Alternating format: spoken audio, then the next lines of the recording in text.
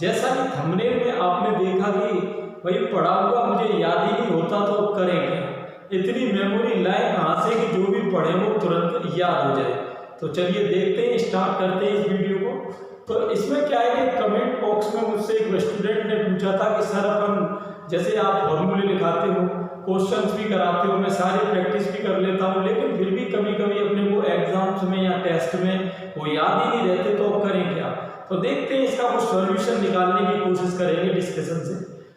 देखो स्टूडेंट्स, यहाँ पर बेसिक बात क्या है कि पढ़ा हुआ याद क्यों नहीं रहता, इसकी सबसे पहला पॉइंट तो इसमें यही है कि अपनी पहले तो हमको सोच बदलनी है। जैसे कि अगर कोई स्टूडेंट है, जैसे वो कोई सब्जेक्ट के बारे में अपनी एक कंसेप्ट बना ले कि मुझे तो भाई ये सब्जेक्ट समझ में ही नहीं आता, जैसे मैथ ही है, मैथ में मान लो किसी स्टूडेंट ने ये सोच लिया पहले दिन से ही कि भाई ये तो मेरे समझ में आ ही नहीं सकता, तो बिल्कुल पक्की बात है, चाहे आप वर्ल्ड के बेस्ट टीचर को लाके भी सामने खड़े कर देना और इजी टू इजी क्वेश्चन भी उसको समझाने के लिए बोलना, तो वो स्टूडेंट सेटिस्फाई नहीं हो पाएगा। उसका रीजन क्या है, क्योंकि माइंड में पहले ही उसने ये धारणा बना ली कि भाई मेरे तो समझ में ही नहीं आ सकता मैथ, ये तो है ही इतना डिफिकल्ट। तो ये समझ लो कि आधी समस्या तो उसकी पहले ही हो गई, यानी समाधान तो बाद में निकलेगा, पहले समस्या उत्पन्न हो गई उसके सामने।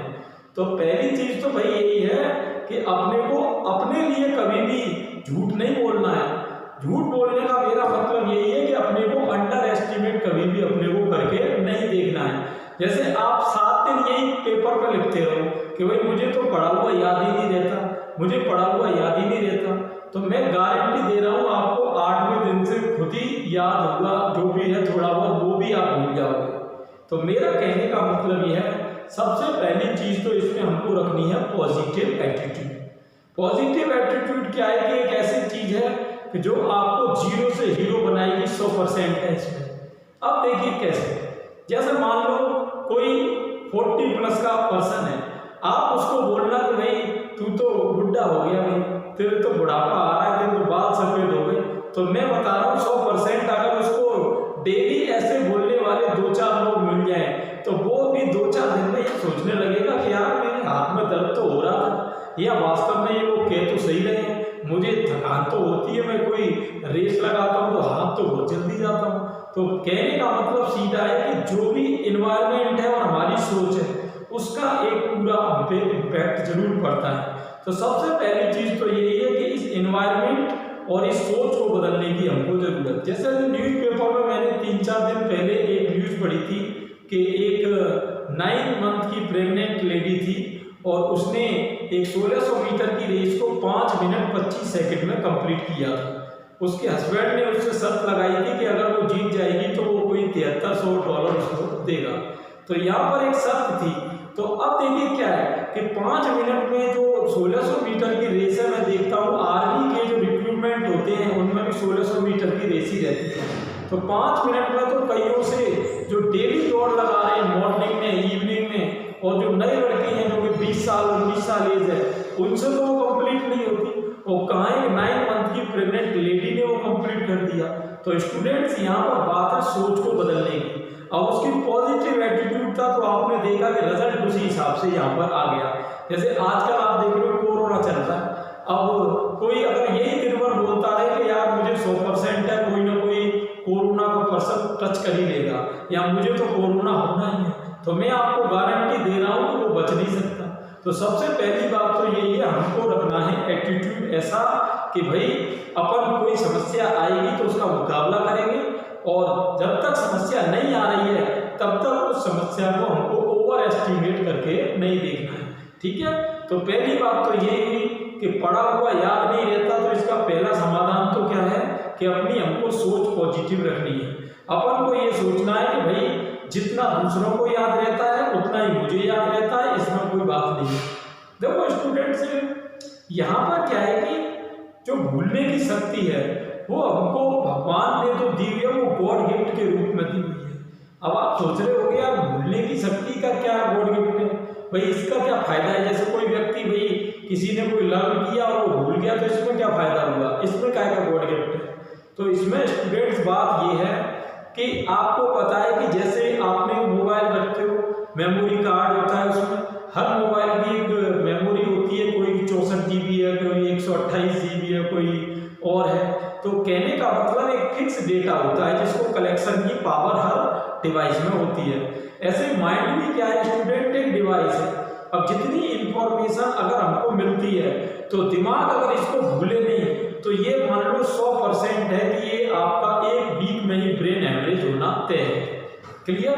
तो यहाँ पर स्टूडेंट्स क्या है कि ये गॉड गिफ्ट है कि हम जो अनावश्यक चीजें होती हैं, अननेसेसरी जो एलिमेंट्स होते हैं हमारी लाइफ के, उनको माइंड भूल जाता है, जिससे कि आगे आने वाली नॉलेज है उसके लिए स्पेस हो जाता है।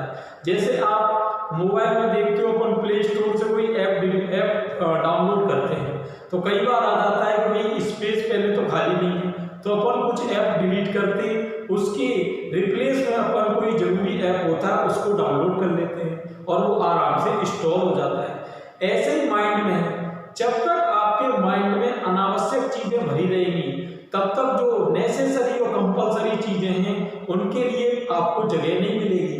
तो पहले तो भाई ये है कि अनावश्यक अगर कोई चीज है पहले उसको डिलीट करो। कोई अनवांटेड टेंशन आप रख रहे हो, कई लोग अनवांटेड फ्रेंड्स बना लेते हैं, वो उनके फेसबुक और व्हाट्सएप और उनके मैसेज को ही चेक करते रहते हैं। तो भाई पहला हमारा काम है कि आप पहले मेमोरी को कुछ डिलीट करो, उसमें से अननेसेसरी चीजें हटाओ, जिससे कि नेसेसरी चीज आने की उसमें एक जगह बने। दूसरी बात स्टूडेंट्स ये है कि दिमाग क्या करता है, देखिए रिवीजन के कंसेप्ट पे काम करता है। जैसे कि मान लो किसी पर्सन को आपने पहली बार देखा, अब वो पर्सन आपसे मान लो 1 महीने तक नहीं दिखाई दे, तो हो सकता है कि आप उसका फेस कंप्लीटली भूल जाओगे। लेकिन अगर मान लो एक जैसे पर्सन कोई आपको मिला और दूसरे दिन भी उसी टाइम पे मिल गया, तीसरे दिन भी मिला, चौथे दिन भी मिला, तो आप देखोगे 3-4 दिन में, फिर वो 4 दिन मिलने के बाद फिर अगर आप मान लो आपको 6 महीने बाद भी मिलता है तो आप उसको जरूर पहचान जाओगे कि मैं यार इस पर्सन से वहां पे मिला था। तो यहाँ पर क्या है, कंसेप्ट ऑफ रिवीजन है। जो माइंड जो है वो रिवीजन के प्रिंसिपल पे काम करता है। जैसे आपने मैथ में देखा होगा, जैसे टीचर ने कोई आपको कंसेप्ट पढ़ाया, अगर आपने सेम डे घर पे जाकर उसको 2 बार रिवाइज कर लिया तो ये गारंटीड है कि वो हो गया अब पक्का, और उसका एप्लीकेशन आप क्वेश्चन में इजीली कर लोगे। Clear students? तो ये है कंसेप्ट ऑफ रिवीजन की पावर। तो हमको क्या करना है कि कंसेप्ट ऑफ रिवीजन पे पूरा फॉलो करना है। कोई अगर आप ऐसा लग रहा है आपको कि ये बात आवश्यक है, मुझे ये याद रखना जरूरी है, तो आप दिमाग को क्या है कि रिवीजन पे डालो। तो रिवीजन पे डालने से क्या होता है कि माइंड को एक ये सिम्टम्स मिलता है कि भाई ये कंपलसरी है, इसीलिए इसका रिवीजन किया जा रहा है। तो वो इस डेटा को प्राइमरी स्टोरेज से उठा के सेकेंडरी स्टोरेज में डालता है और जरूरत पड़ने पे आप उसका वहां से यूज कर सकते हो। Clear students? ये अब देखिए एक इसमें कभी कभी एक समस्या और आती है। स्टूडेंट्स कहते हैं सर फिर भी कोई तो फॉर्मूला होगा, चलो मान लिया कि भूलने की शक्ति भगवान ने गॉड गिफ्ट दी है, लेकिन फिर भी ये सबके लिए इक्वल क्यों नहीं है? कुछ लोग तो भाई इसको कोई कंसेप्ट है मान लो उसको जल्दी भूल जाते हैं, कुछ लोगों को वो लॉन्ग टर्म तक याद रह जाता है। तो यहाँ मैं अब आपको एक फॉर्मूला बताऊंगा जिसको कि अगर आपने अप्लाई कर लिया तो आप भी एक बार पढ़ी हुई चीज को 100% याद रख पाओगे। देखिए इसमें क्या चीज है, जैसे मान लो आज हमें कोई कंसेप्ट कराया गया, दिन भर में कई सब्जेक्ट अपन पढ़ते हैं, कई टॉपिक पढ़ते हैं। आप इवनिंग में 1 घंटे को टाइम को ऐसा रखो जिसको बोलो रिव्यू टाइम। रिव्यू टाइम में आपको क्या करना है, पूरे दिन जो 10-12 घंटे की आपने स्टडी करी है उसका एक शॉर्ट रिवीजन आपको करना है लास्ट के 1 आवर में। और वो 1 आवर कौन सा होना चाहिए, जब आप सोने जा रहे हैं, ठीक, जब आप बेड पे जा रहे हो उससे जस्ट पहले का जो 1 घंटा है। तो अब क्या होगा देखिए, क्योंकि उसके बाद तो आपको कुछ पढ़ना है नहीं, तो माइंड क्या करेगा कि लास्ट आवर में जो भी आपने रिवीजन किया है उसको माइंड पूरी रात भर में एक स्टोरेज कर लेगा और उसे प्राइमरी मेमोरी में, वो तो दिन में था, और नाइट में वो चला जाएगा स्टूडेंट सेकेंडरी मेमोरी में। अब आपको करना क्या है, जैसे आपने 6 दिन पढ़ाई की, अब वीक में मान लो संडे आ गया, तो अब जो भी हमने 6 दिन में पढ़ा था उसका पूरे 6 दिन का रिवीजन हमको लाना है संडे। रिवीजन अपना सेम डे ही हो गया, दूसरा रिवीजन पूरा कहाँ हो गया, उसी कंसेप्ट का संडे को हो गया। क्लियर। अब ऐसे करके संडे टू संडे चलना है अपने को। जब मंथ का लास्ट डे हो, एक दिन आपको ऐसा रखना है कि पूरे मंथ की जो जो कंपलसरी और नेसेसरी एलिमेंट्स हमने सीखे हैं उन सब का रिवीजन उस लास्ट डे में हमको एक बार कर लेना है। Clear students.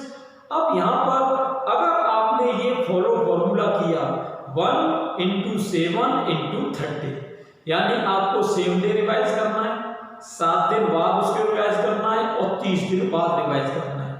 तो अगर आपने ये फॉर्मूला यूज किया तो आप देखोगे आज आपने पढ़ा है और इसका एप्लीकेशन आप एग्जाम में आराम से कर पाओगे। Clear students.